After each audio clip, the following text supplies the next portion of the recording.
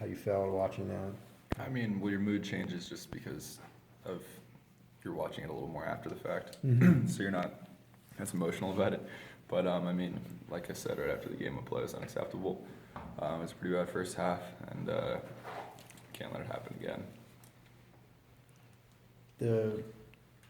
I guess the camera, I didn't see it when Adam, the camera showed you. It looked like you were kind of getting the crowds or telling them to like bring on the crowd noise, like right before that interception in the fourth quarter. Was that just something you were just kind of in the moment, just kind of like enjoying the game, or what was happening there? I mean, I play better with a little bit of adversity. So, I mean, the louder the crowd got, the actually better I played. And I don't know, it's just gonna happen. Nothing really to it.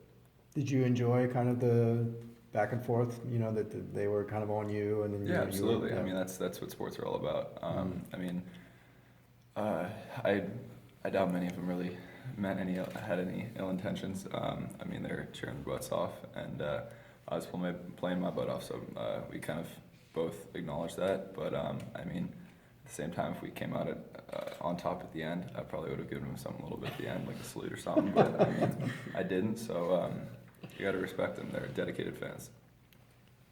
Scott was telling us about a dinner you guys had on Monday where you presented offensive lineman gifts. Can you kind of just walk us through what that meant? I mean, we usually kind of have a lineman dinner every week. It's just kind of a tradition. Stemming back to last year, Caleb Beninock actually got it started last year, but I mean, it's just kind of a little token of gratitude because they don't really have any sort of stats. They just were playing their butt off and putting their body in the line for me every play in and play out. they order a lot at Chipotle. Yeah, they did. They did. Well, Chipotle is actually out of chicken that day, so they gave us 2-for-1 bowls free. Nice. Yeah, it was cool. What did Caleb say to you after the game?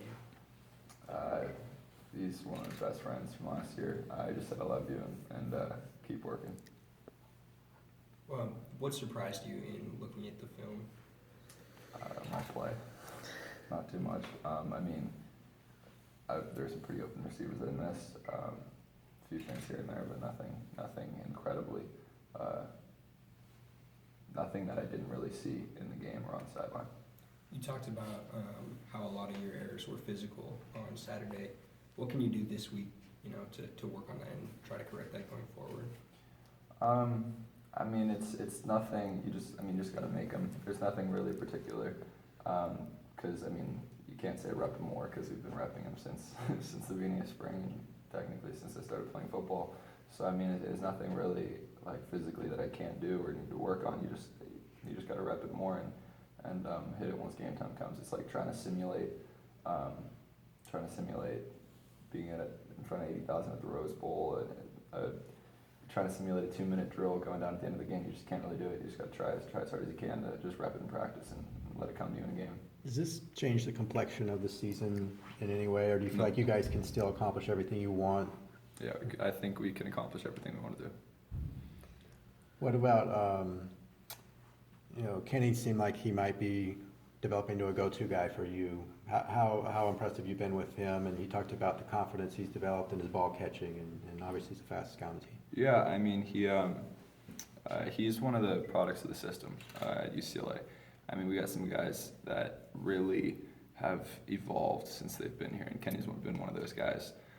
Even I wasn't here when he was a freshman, but I mean, I heard he was kind of solely a track guy, and moved his way into the football field, and it was a process. But I mean, I can't speak as much of that as I can from last year to this year. He's a completely different person. He's got a new level of confidence. He knows how to use his speed and threaten guys and use it to his advantage. So, I mean, it speaks a lot to this program and what they can sort of develop out of players. I mean, you got a lot of guys who have really become phenomenal players throughout their 4 years here, like the Jayon Browns of the world, or the Anthony Barrs, the guy that have come, switch positions, build their body up, and really become incredible players. Is there anything that guys have talked throughout the preseason about Trevor and his impact on you guys? Is there anything he said that's kind of sticking with you right now that can help going forward right now? I think with what he worked with us, I think it's showing more now that we lost actually than we won, because it's really easy to stay together when you win. No one's pointed a finger. No one's. I mean, of course, everyone's gotten mad, but I mean, you lost. You have to be mad. But I think we're taking all this sort of this kind of negative energy and using it in a positive direction, and hopefully coming out on top at the end of this. You've competed against a couple teams coached by Tony Sanchez the last couple of years. Have you had a chance to get to know him at all during those? Not on a personal level, really. I played him once at Gorman, and I mean, he's just another coach. You just got to go out and do your best. I mean, we're gonna study his defense, just like every other team. We're gonna put as much work in as we can, and hopefully produce in the field. Were there any carryovers with the defenses that Gorman ran versus what UNLV did last year? Is it? Not too much. I mean, there's definitely a lot more in at UNLV, but I mean, high school, high school's high school. You can put in a lot of stuff, but you don't always have the level of maturity from freshmen through seniors to pull off some of the stunts and stuff that you do in high school or in college versus high school. So I mean, there's a little bit of carryover, but there's always carryover from even if there's no relation, because I mean, there's some pretty significant core values of defense that you kind of have to stick to. You guys play Johnny Stanton this weekend. Do you have any relationship with him, having played in the same league? Not too much. I mean, he was pretty old.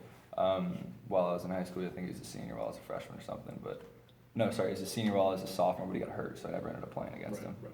Do you get to open the season at the Rose Bowl this weekend? Does that bring excitement up again? It's almost like another season opener in a way. Yeah, I mean, it absolutely is. Every game's exciting. It's your first game at home, and everyone's excited to see what your team looks like in person. So hopefully, we'll give them a good show. Did you get a chance to talk to Coach Pizzoni after the game at all on Saturday? Yeah, I mean, nothing in too detail. Just I was in a particular state of mind, but just said hi. Good to see him, and congratulations on the win. There was talk about, I guess you guys went 1 for 6 in the red zone. Was there anything in particular that wasn't clicking in those situations, or just a combination of stuff based on what was happening? I mean, everyone had their issues. I have the ball in my hand at the last second, and sometimes you can trump anything that went good or bad in a play by making a good decision, and I didn't. So, I mean, there are 3 very specific plays in particular that I very easily could have thrown 2 in the end zone and scored and hopefully turned the tide of the game. Austin Roberts had the most targets of anyone on Saturday. What does he bring to your offense?